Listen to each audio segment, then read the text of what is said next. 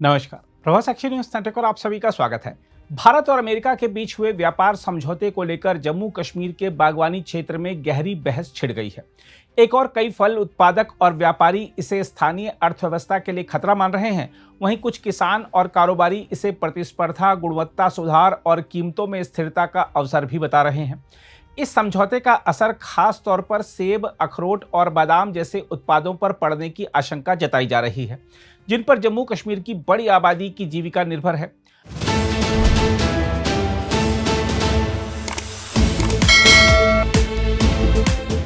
बागवानी विभाग के अनुमान के अनुसार जम्मू कश्मीर में करीब 20 लाख लोग सीधे या परोक्ष रूप से बागवानी से अपनी रोजी रोटी कमाते हैं। ऐसे में आयात नीति में किसी भी बदलाव का असर केवल व्यापार तक सीमित नहीं रहता, बल्कि गांवों की आय, रोजगार और सामाजिक ढांचे तक जाता है। दक्षिण कश्मीर के शोपियां जिले के अखरोट उत्पादक और व्यापारी जावेद अहमद लोन का नजरिया कुछ अलग है। उनका मानना है कि बाहरी उत्पादों का आना स्थानीय किसानों को अपनी गुणवत्ता बेहतर करने के लिए प्रेरित करेगा।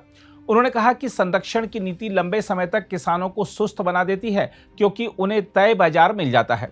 लोन कहते हैं कि कश्मीर में बादाम और अखरोट की कीमतें अक्सर बिना साफ कारण ऊपर नीचे होती रहती हैं, जिससे किसान और खरीदार दोनों असमंजस में रहते हैं। उनका तर्क है कि यदि अमेरिका से बेहतर गुणवत्ता के मेवे लगातार आएंगे तो स्थानीय दाम भी एक दायरे में रहेंगे और किसानों को छटाई, पैकिंग और किस्म सुधार पर ध्यान देना होगा। हालांकि यह सोच पूरे क्षेत्र का प्रतिनिधित्व नहीं करती। फल उत्पादक संगठनों के बड़े वर्ग में गहरी चिंता है। फल उगाने वालों और व्यापारियों की एक प्रमुख यूनियन के अध्यक्ष बशीर अहमद बशीर ने प्रधानमंत्री नरेंद्र मोदी को पत्र लिखकर आयात शुल्क घटाने का विरोध किया है। उनका कहना है कि ईरान, अमेरिका और दूसरे देशों से सेब के आयात ने पहले ही छोटे किसानों पर दबाव डाला है। बढ़ती लागत, अनिश्चित मौसम, कीट हमले और परिवहन की दिक्कतों से बागवानी क्षेत्र पहले से वित्तीय दबाव में है। ऐसे में शुल्क में कमी ताबूत में आखिरी कील साबित हो सकती है।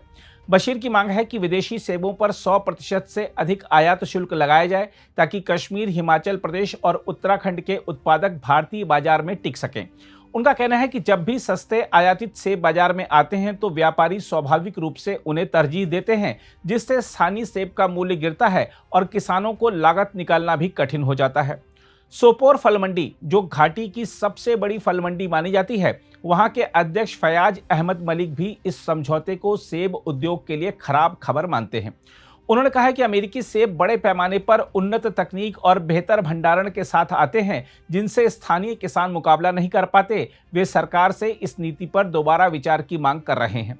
राजनीतिक स्तर पर भी यह मुद्दा गर्म है। मुख्यमंत्री उमर अब्दुल्ला ने विधानसभा में इस विषय पर गंभीर चिंता जताई। उनका कहना है कि यदि सेब, अखरोट और बादाम जैसे उत्पादों का आयात निःशुल्क या बहुत कम शुल्क पर होने लगा तो जम्मू कश्मीर के किसानों को सीधा नुकसान होगा। उन्होंने सवाल उठाया कि जब यह क्षेत्र इन उत्पादों का प्रमुख उत्पादक है तो बाहरी माल को खुली इजाजत देना किस तरह स्थानीय हित में माना जा सकता है। हम यहाँ हॉर्टिकल्चर को बढ़ावा देने की बात कर रहे हैं, हम यहाँ रूरल इकोनॉमी को बढ़ावा देने की बात कर रहे हैं। इन्होंने जीरो ड्यूटी पे जो है अमेरिका से कहा हुआ है कि आप फल भी जितना भेजना चाहते हैं भेज दीजिए, हम यहाँ पे उसको खरीदने का काम करेंगे। तो कहां गई इनकी हमदर्दी जम्मू कश्मीर के लिए? अरे जनाब, अगर बचाना था तो चलिए, आपने अखरोट और बादाम का सौदा कर दिया, कम से कम सेब तो बचा देते। अरे सौदा है जनाब, ये टोटल सौदा है, टोटल। मुझे बताएं, जम्मू कश्मीर में इस सौदे से किसको फायदा हुआ? बताओ, आपको हुआ होगा। ना मेरे बादाम उगाने वालों को हुआ है, ना मेरे अखरोट उगाने वालों को हुआ है। यहां जो हमने जम्मू में मुश्किल से थोड़ा सा वो पीका नट लगाया, उनको कोई फायदा नहीं हुआ। जो हमने हॉर्टिकल्चर के तहत यहां कीवी फ्रूट का शुरू किया, उनको कोई फायदा नहीं हुआ।